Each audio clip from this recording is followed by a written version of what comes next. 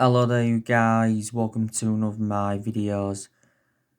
Gonna be giving you my starting 11 prediction for our game against Istanbul Basaksehir in the Champions League group stage. So I am gonna go with David De Gea in goal. I said, didn't I, that David De Gea will remain our number one this season. And he really has rejuvenated himself. You know, he made two fantastic saves recently against West Brom.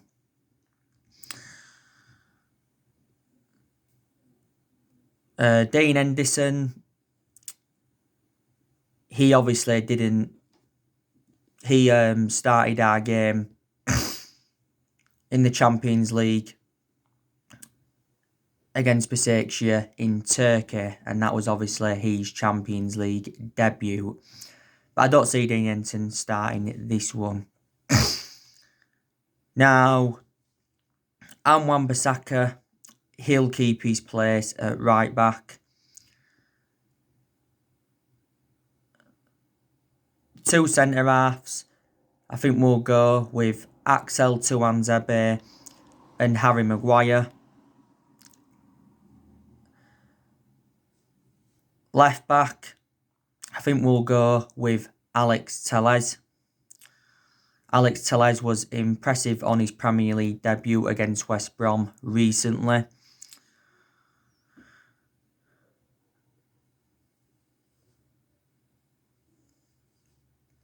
Midfield,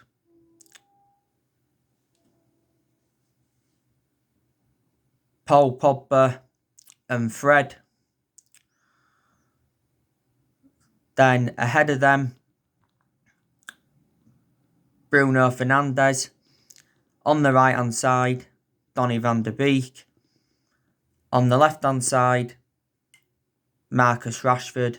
And up top, Anthony Martial. So that's how I think we could line up against Istanbul Basaksehir.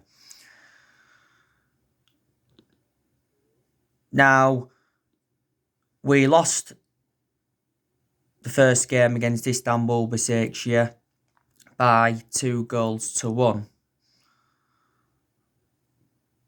And we deserved to lose that game. From a Manchester United perspective, it was an embarrassment. That was Istanbul Basaksehir's first ever win in the Champions League. They were only formed back in 1990. It was obviously goals from Demba Ba and Edin Visca in the first match, and obviously Anthony Martial had scored our goal. In that game, Bruno Fernandes was dispossessed 34 times.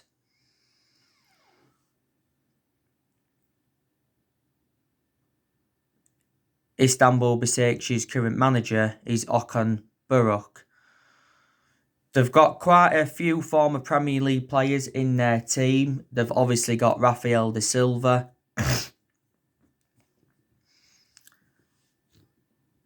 He's a former Manchester United player. Rafael da Silva did enjoy a good 7 seasons with us, and he played around 170 games. They've also got Martin Skrtel, who was a former Premier League player.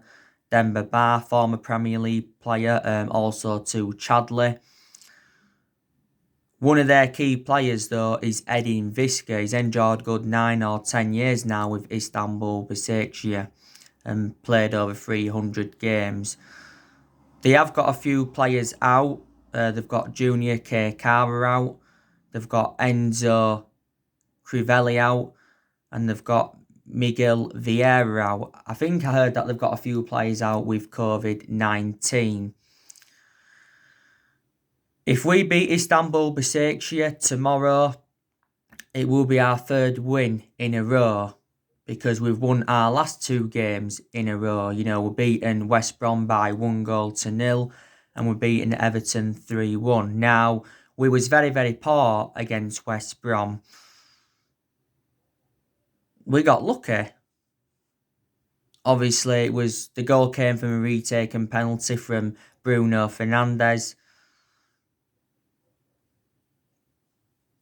Obviously, West Brom had a penalty overturned by VAR.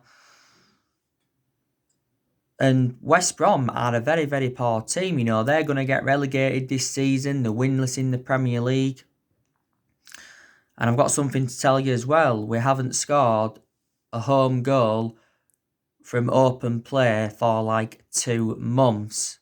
And I think we've had around 44 penalties. And that is actually a record.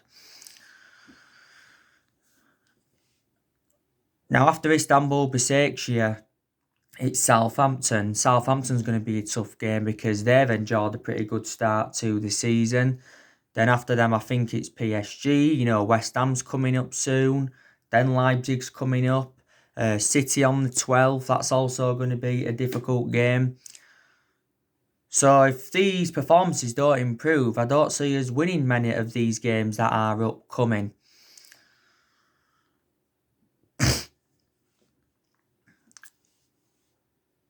Now, obviously, we've got a few injuries, as you all know. Bay's still out with injury, but he recently returned to first team training for the first time in a month, and so too did Marcus Rojo. We know that Luke Shaw's out with a hamstring injury. He's out for up to a month. Jesse Lingard's out still. Phil Jones is still out. Marcus Rashford did recently have a shoulder problem,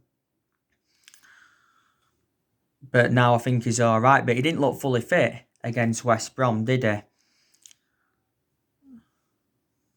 Victor Lindelof, he had a back injury, didn't he, recently, but he still played in the West Brom game.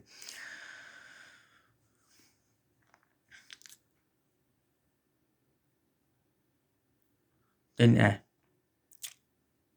Now, I want to delve into some news on Mauricio Pochettino.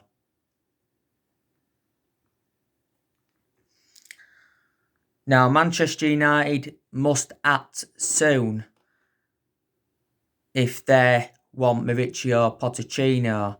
Now, Pochettino has turned down several job offers. Now, Pochettino has been the favourite to take over at Old Trafford. He was the favourite to take over after we sacked Jose Mourinho. Now, the Manchester Evening News said quite a few weeks ago now that Manchester United approached Mauricio Pochettino over becoming the club's new manager. You had Rio Ferdinand coming out saying that Man United have had no conversations with Pochettino over replacing Ole Gunnar Soulshare at the club, and he said he was frustrated with the disrespect that's been shown to Ole. He appeared on Monday Night Football a few weeks ago, did Pochettino, and he said that he misses football and he's ready for a return to management because he has been managerless now for like a year.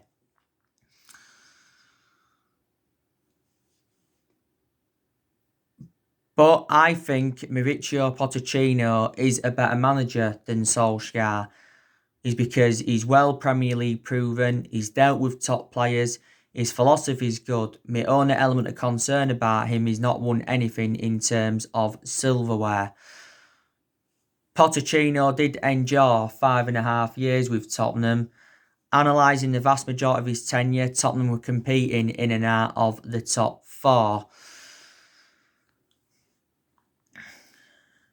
And he did guide Tottenham to their first ever Champions League final last year.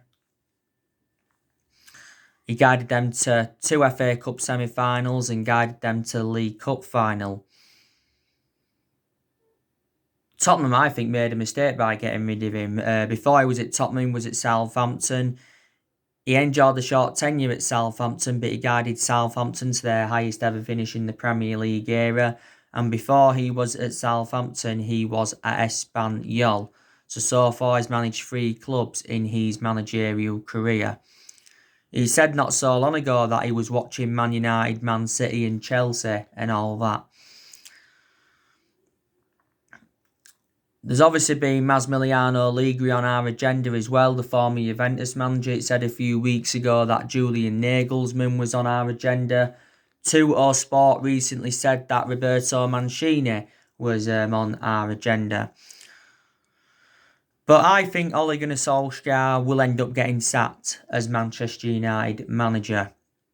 Manchester United fans now are turning on him. Main explanations is because our style of football's poor, the tactics are poor, and the team selections are poor.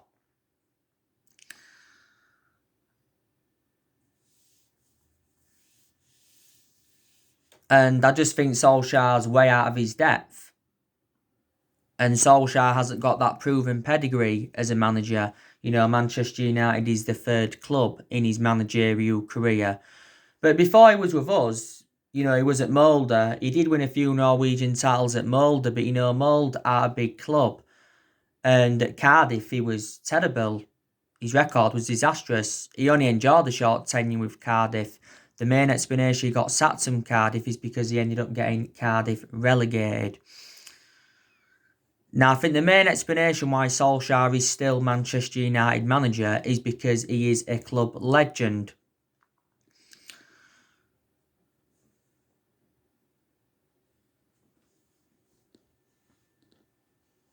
And reflects on that, the board have softened their stance on him. But disregarding him being a club legend, I don't think he would have been Manchester United manager now. This is his second full season at the football club. And he's managed over 100 games for the club in all competitions. He has got a contract with us until 2022. And I think it's next month, it will be his 2-year anniversary as Manchester United manager. Because he has been at the club now for almost 2 years. We appointed him in December 2018. And he's been permanent Man United manager since March 2019. And we did make a mistake by giving him the job permanently, but we give him the job permanently, reflect on what he did in that 3-month period when he was temporary boss. I said if Man United could finish in the top 4 this season, and if we could win a trophy, that would represent a good season for Manchester United, and then that would give us something to build on. But the way things are going, I don't see that happening. Now, there's a few issues that Ole Gunnar Solskjaer's got to solve at the football club, like I've gone through with you time and time again. He's obviously got to solve the Paul Pogba issue. He's got to identify his best 11. He's got to select the right formation. Ole's gone a lot with a 4-2-3-1 formation since he got appointed in as Man United manager. In a lot of the games, though, that really hasn't seemed to suit our standards. In like the big games, he's gone with a 3-5-2 formation. A few times he's gone with that 4-3-3 formation. And he's also got to work out his best midfield. That's another thing he's got to do.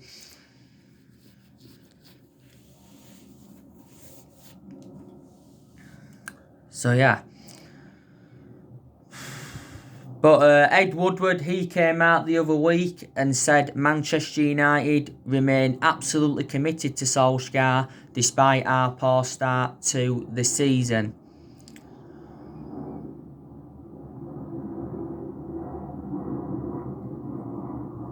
Now, if we're to win our next 4 or 5 games, more and more pressure will ease off him. But there again, it depends on how we perform, because the performance has got to match the result, hasn't it? But obviously, results are very, very important.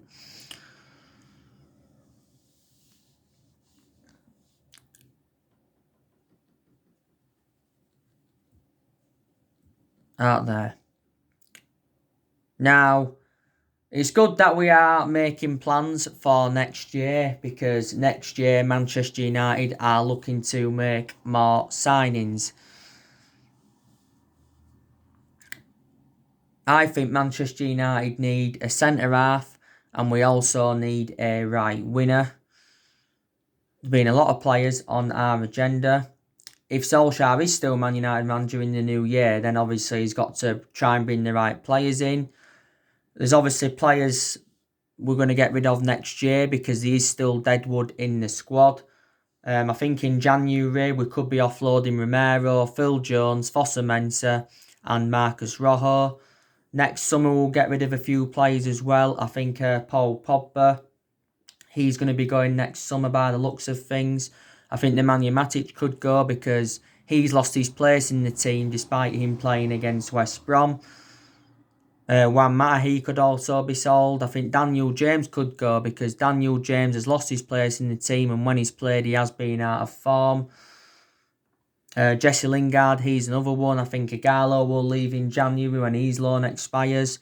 Williams, he could possibly be loaned out because Williams is now our third choice left back following the arrival of Alex Telles.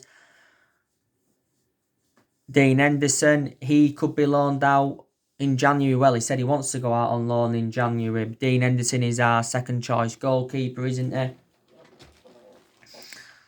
So there you go. We have seen a lot of players leave the football club since Ole Gunnar Solskjaer got recommended in. You know, we've seen the likes of Lukaku leave the club. We've seen Herrera leave the club. We've seen Sanchez leave the club.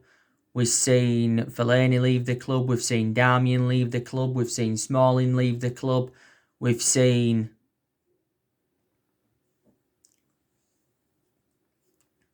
Valencia leave the club. We've seen Young leave the club. We've seen Angel Gomez leave the club. We've also loaned quite a few players out. You know, we loaned Diego Dalot out to AC Milan. We loaned Andres Pereira out to Lazio. We loaned Tahith Chon out to Werder Bremen. We loaned Dylan Levitt out. I think we also loaned James Garner out. We loaned Joe Pereira out again for another season. So he has got rid of some of the deadwood as Ole. Soulshare has spent over £200 million since he became Manchester United manager and he's endured 4 transfer windows. In the summer of 2019, Ole recommended Daniel James and Wan-Bissaka and Harry Maguire into the club. In January, recommended Bruno Fernandes in and he brought Odi Igalo in on loan. And in the summer transfer window this year, he brought Donny van der Beek in, Edison Cavani, Alex Telles, Facundo Pellistri and Amad Traore. It says Amad Traore will be joining the football club in January. Soulshare, last season, guided us to 3 semi-finals. He got us qualification for the Champions League. And he also got us 3rd. That's the second highest we've finished since the Sir Alex Ferguson era. So he did well in his first full season. And I was hoping Manchester United could have built on that. But obviously we haven't done so far. This season I was actually expecting us to challenge for the Premier League title. But obviously hasn't happened. Has it?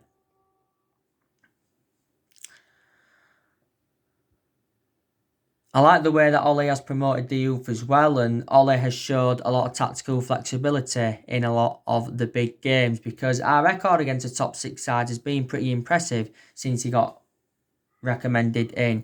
But not all of the blame stems from Solskjaer, reflecting on our inconsistency and that, you know, there's some players that have got to take responsibility. The board have been a problem at the club now for a long time. I think Manchester United have got to get a director of footballing. That's one of the structural changes that we need at the football club. And plus, if we get a director of footballing, Solskjaer would get more backing. And if we are to get one in, we need someone who knows the culture of the club and someone who's got that experience. But we've been in for a director of football now for a long time. Marcel Brands, who was the Everton director, he said he's the leading candidate to become Man United's first ever director of football. Would you take him? Louis Campos, he's been linked with that director's role. There was talks of him coming in last month. Fabio Paratici, he was linked with it at one point. He's the Juventus director. Paul Mitchell, he was also linked with it at one point. There's been a few former Man United players linked with it. Now, if the club do sack Soulshare, it won't really solve a lot, to be honest with you. In the last 8 years or so, nothing's changed. We've sacked 3 managers since Sir Alex Ferguson left, and that was David Moyes, Louis van Gaal and Jose Mourinho. Not only that, we've recruited over 30 odd players in since Ferguson left. Under Moyes, we brought Fellaini and Mata in. Under Louis van Gaal era, we must have brought a good 15, 16 players in. We brought Schneidlin in, Sebastian Schweinsteiger, Di Maria, Herrera, Falcao, Memphis Depay, Martial, Shaw, Rojo, Darmian, Daley Blind, Herrera, like I said, Victor Valdez. Brought a lot of players in under Louis van Gaal, but a lot of the players Van Gaal brought in are no longer at the club. And Mourinho, he recommended 11 players into the football club. The vast majority of this team is Jose Mourinho. So put into the equation, Solskjaer's inheriting a lot of players even in the Mourinho era. And like I said, we've brought around 10 senior players in under Soulshare. And we've spent over £1 billion in the last 8 years. And people say, reflecting on the money we've spent, we should be in much more of a commanding position than we are in. But no manager at Manchester United, or no manager in general, will replicate Sir Alex Ferguson's legacy. And that's something we have got to accept. Ferguson endured 27 years at the club. He won a total of 38 major honours, including 13 Premier League titles. But Ferguson didn't settle in straight away because he didn't win out in his first 4 years at the club. But before he came into the equation, we was poor. And since he's left, we've been very, very poor, haven't we?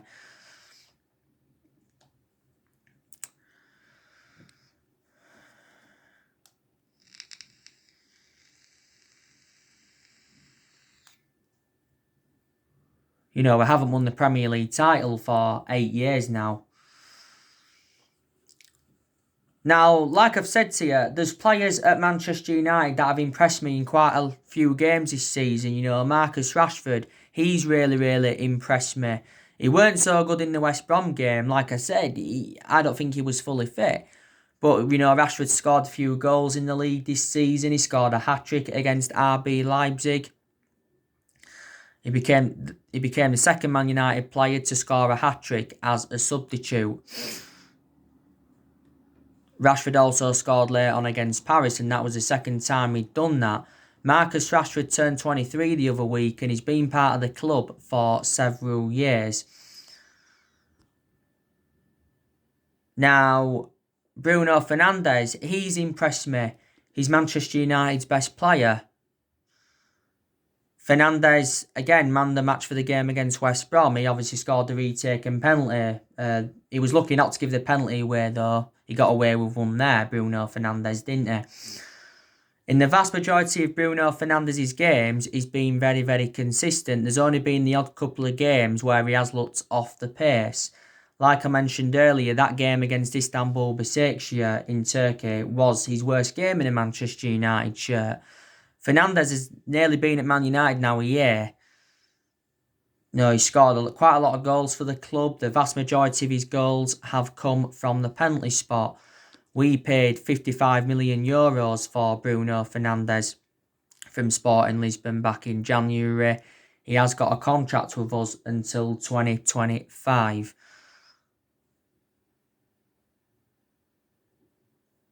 Now, Donny van de Beek, he's impressed me when he's played this season, but he's hardly played, has he? He's not yet made his full Premier League debut for the club. There's questions regarding that. Why hasn't he? But Soulshare says, like he's been in the process of trying to find his best position. He can play in 3 different roles. You can put him as box-to-box, you can put him as number 10, and you can put him out wide. If we start him tomorrow against Basaksehir, he will probably play on that right-hand side, like I've already said.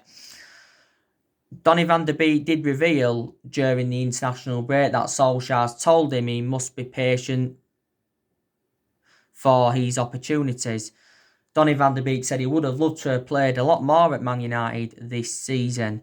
We paid £40 million for him from Ajax. But he started our last 2 games in the Champions League, hasn't he? Now, Fred, he's impressed me recently. Fred weren't too good against West Brom, though. But he's still undroppable. He's only had a couple of games where he's looked off the pace this season. But overall, he's improved under the Soulshare era. Fred showed good attacking intent. His defensive contributions being good. I like the way he's kept the ball. We paid around £47 million for him from Shakhtar Donetsk. Fred's got a contract with us until 2023. Gotta say, he was an exceptional player during his time in Ukraine with Shakhtar Donetsk. Now, I've been impressed with Juan Mata in quite a few games this season. He's played quite a few, hasn't he? He did well in both our Carabao Cup games against Luton and Brighton. Got man of the match for both of them games. Did well in the Chelsea and the Newcastle game. But he weren't so consistent in the Basaksehir game in Turkey. He weren't so good against West Brom recently. And he weren't so good against Everton. Juan Mata has enjoyed a good 6 years or so now at the football club. He's scored 50 goals for Man United in all competitions. We got him for like £40 million from Chelsea back in 2014.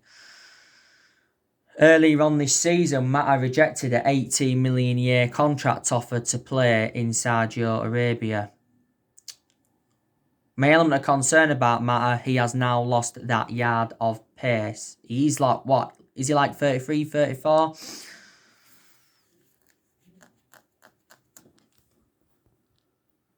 Now, Harry Maguire, he's also really, really impressed me. He did well against West Brom, made some very, very good challenges. He's also been very good from set pieces recently. Don't forget, Harry Maguire did have early season troubles, didn't he? Because he had that incident in Greece before the start of the season. And he also had a few knocks. He got sent off in England's 1-0 defeat to Denmark earlier on in the season. Harry Maguire is our current captain, and he is the most expensive centre-half in the world at the moment, because we got him in a deal worth £80 million. And Juan Mata, he's also really, really impressed me. He wasn't so good against West Brom, but he's enjoyed some very, very good games this season where he showed good attacking intent and his defensive contributions being good. This is Juan Mata's second season at the football club. We got him for around £50 million from Palace in the summer of 2019. David De Gea, like I said, he's really, really impressed me. This is David De Gea's 10th season at Manchester United, so he has been a long servant. Luke Shaw impressed me before he got that hamstring injury because he got an assist in his last two games that he obviously played in. He's too injury prone though, is Luke Shaw. That's my element of concern about him. Lindelof's had some good games as well this season, but I've still got reservations about him. He's nowhere near on the same level as Harry Maguire. So yeah. There's obviously players that have been underperforming. I haven't been impressed with Anthony Martial. Anthony Martial needs to be dropped. He wasn't good against West Brom, really. He had 2 good opportunities in the game, which he should have converted. Martial did have a 3-game suspension, though, in the Premier League, didn't he? Shouldn't have been sent off, though, in our 6-1 defeat to Tottenham. Martial was good last season under Ollie, though. I think he was given the number 9 shirt last season. He was good in his debut season under the Louis van Gaal era. Martial has endured over 5 years now at Man United. Got him in 2015. I think we got him in a deal worth like £57 million from Monaco back in 2015. So yeah, like I said, start Edison Cavani ahead of Martial. Edison Cavani's impressed me recently. He made an impact when he came on against West Brom. He also scored his first goal for the club against Everton. And he nearly scored with his first touch when he came on against Chelsea. Pogba, he's obviously been underperforming. Pogba's recently had an ankle injury. That's why he didn't play any part against West Brom. Soulshare backs Paul Pogba to improve. And I said, didn't I, Soulshare will get the sack if he doesn't solve the Paul Pogba issue. Now, Paul Pogba did make quite a few comments recently. Don't forget, like he updated you on. He was talking about his struggles at Man United this season. And he said this season is the most difficult period in his career. He's only started 2 of our last, 8 games. You know, Didier Deschamps, the France manager, he's been talking a lot about him recently. But like I said, I think he'll go next year. Paul Pogba. Matic, I think he's also been poor.